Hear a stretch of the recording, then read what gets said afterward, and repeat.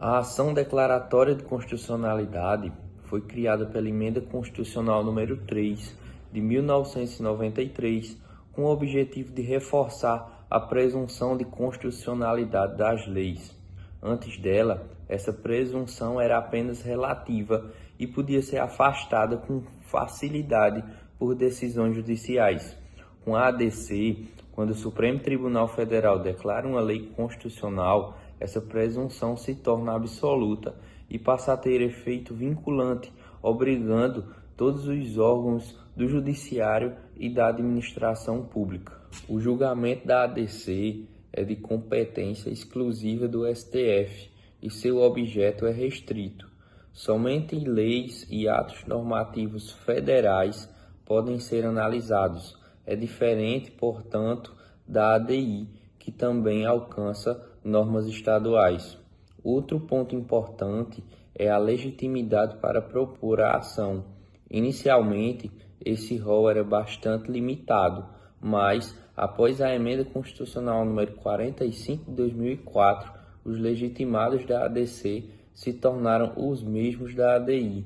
A petição inicial da ADC precisa atender a requisitos específicos previstos na Lei 9.868 de 1999. Além da indicação da lei questionada e dos fundamentos jurídicos, é indispensável comprovar uma controvérsia judicial relevante sobre a aplicação de determinada norma. É preciso, portanto, demonstrar que existem decisões divergentes sobre o tema que estão gerando insegurança jurídica. Se essa comprovação não existe, o STF sequer analisa o mérito, entendendo que falta interesse de agir. Vou falar sobre alguns aspectos da ADC. São eles procuração, indeferimento da inicial, impossibilidade de existência, impossibilidade de intervenção de terceiros e a figura do amicus curiae.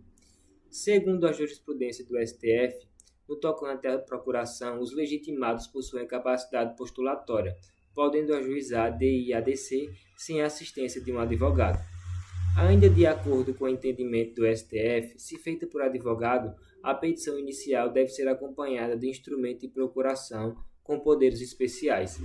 Já em relação ao indeferimento, conforme o artigo 15 da Lei nº 9.868 de 99, a petição inicial inepta, não fundamentada e a manifestamente improcedente serão liminarmente indeferidas pelo relator.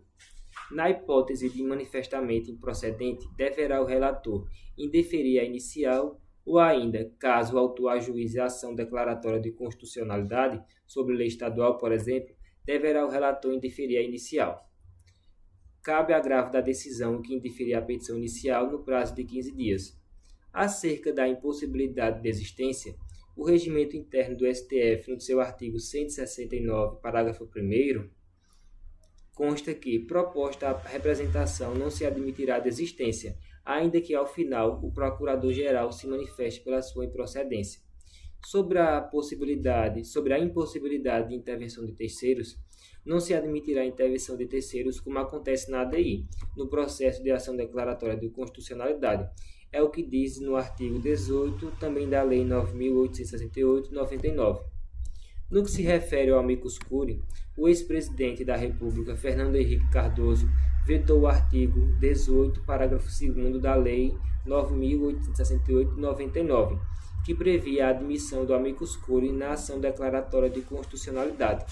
Mas o STF, na ADC 24, decidiu que não havia razão jurídica plausível para afastar a aplicação da regra prevista, e com isso admitiu o ingresso e a sustentação oral do amicus curiae em ação declaratória de constitucionalidade, se atendidos os requisitos necessários. Na ADC, o advogado-geral da União não participa do ato normativo, já que a ADC possui finalidade declaratória, ou seja, não possui um polo negativo em que haja necessidade de defesa, o advogado-geral da União não vai participar, diferente da ADI, em que ele participa, já que ele tem o dever de defesa da constitucionalidade da norma que está sendo impugnada. O Procurador-Geral da República também vai participar da ADC de forma obrigatória, porque ele tem a obrigatoriedade, a necessidade de demonstrar que reforçar a natureza institucional da ADC e também desvincular interesses subjetivos. Quanto ao julgamento, depois de proferida a sentença do STF, a decisão do STF, ela possui efeito vinculante e eficácia erga omnes, impondo-se a todo o Poder Judiciário e a administração pública direta e indireta, para que justamente vise a estabilização da norma. Depois do julgamento, não cabe recurso, salvo embargo de declaração, caso haja obscuridade, omissão, contradição ou um erro material. Não sendo alguma desses casos, não cabe recurso. E não cabe recurso justamente para que não se prolongue controvérsia quanto à constitucionalidade da norma. Na ação declaratória de constitucionalidade, que é a ADC, existem dois tipos de decisões que nós vamos abordar agora, nesse momento, que será a decisão definitiva e as decisões cautelares. São dois tipos de decisões diferentes que possuem efeitos diferentes e que nós vamos abordar agora nesse momento. A decisão definitiva ela está prevista no artigo 102 do parágrafo 2º da Constituição Federal. Artigo 102, parágrafo 2º da Constituição Federal fala sobre a decisão definitiva na ação declaratória de constitucionalidade. E do que se trata essa decisão definitiva? Trata-se de, no caso da ADC, que é uma ação declaratória de constitucionalidade, uma ação declaratória com eficácia para todos, então, ou seja, por meio do efeito erga omnes. Efeito erga omnes significa dizer que essa ação, que é a ação declaratória de constitucionalidade, ela tem efeito contra todos, né?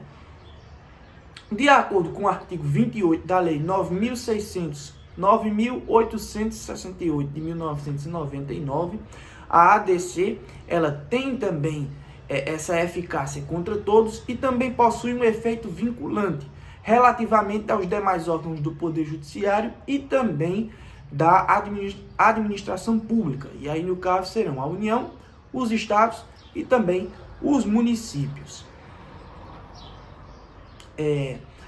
No efeito erga omnes, nós temos um controle abstrato de constitucionalidade e temos uma ação sem réu. Esse é um dos efeitos que a ação declaratória de constitucionalidade produz. O efeito erga omnes e o efeito vinculante. O efeito erga omnes é esse que diz que a ação declaratória de constitucionalidade ela possui um efeito contra todos, por isso erga omnes e sem réu. No caso do efeito vinculante, trata-se que a ação declaratória de constitucionalidade ela vincula todos os demais órgãos do Poder Judiciário e também os órgãos do Poder Executivo em todas as esferas. Então, ou seja, o Poder Executivo Nacional, o Poder Executivo Estadual e o Poder Executivo Municipal, vinculados a essa ação declaratória de constitucionalidade. Então, quando a gente trata de uma decisão definitiva de uma ADC, nós estamos tratando desses dois efeitos que são produzidos, que é o efeito erga omnes e o efeito vinculante, vinculando todos os órgãos do Poder Judiciário e os demais órgãos da administração pública. Quando a gente fala de uma decisão cautelar, de uma ação declaratória de constitucionalidade, nós estamos tratando da suspensão do julgamento de todos os processos que estejam envolvendo aquele tema. Só que para acontecer essa ação cautelar, essa decisão cautelar no ADC, é preciso um quórum mínimo no Supremo Tribunal Federal, que será o quórum absoluto de 6 ministros do Supremo Tribunal Federal.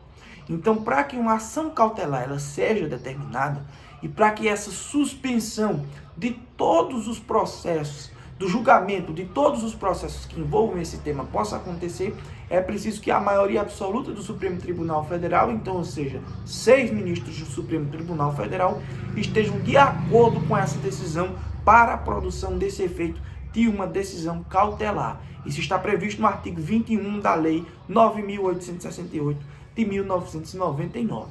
Vale destacar que nessa decisão cautelar também existe esse efeito vinculante, né? Porém, na realidade, não na decisão cautelar, e sim na decisão definitiva, como eu falei, que trata desses dois efeitos, que é o efeito erga omnes e o efeito vinculante. Vale destacar que o efeito vinculante, ele não afeta o poder legislativo. Então, ou seja, significa dizer que a Câmara e o Senado Federal, eles poderão continuar tramitando com temas referentes a esse assunto que está sendo discutido no Supremo Tribunal Federal, sem mais efeitos. Se é uma lei, porventura, seja aprovada no Supremo Tribunal, seja aprovada no Congresso Nacional, ela poderá ser considerada inconstitucional depois no STF por meio do controle de constitucionalidade, seja ele concentrado ou difuso. Então, ou seja, vale destacar que existe esse efeito vinculante para os órgãos do Poder Judiciário, para os órgãos do Poder Executivo, os órgãos da administração pública, mas não para os órgãos do Poder Legislativo, que poderão continuar versando sobre esses temas que estejam em discussão no Supremo Tribunal Federal. Não existe essa suspensão, porque o Poder Legislativo é um poder eleito democraticamente pelo povo e não faria sentido, de acordo com o entendimento do ministro Celso de Mello, fazer uma suspensão dos assuntos que são discutidos. Caso a lei que seja discutida no Congresso Nacional seja considerada inconstitucional, essa lei poderá sim ser considerada inconstitucional e aí, por meio do controle concentrado, por meio do controle de constitucionalidade concentrado ou difuso, essa lei sendo considerada inconstitucional também será suspensa.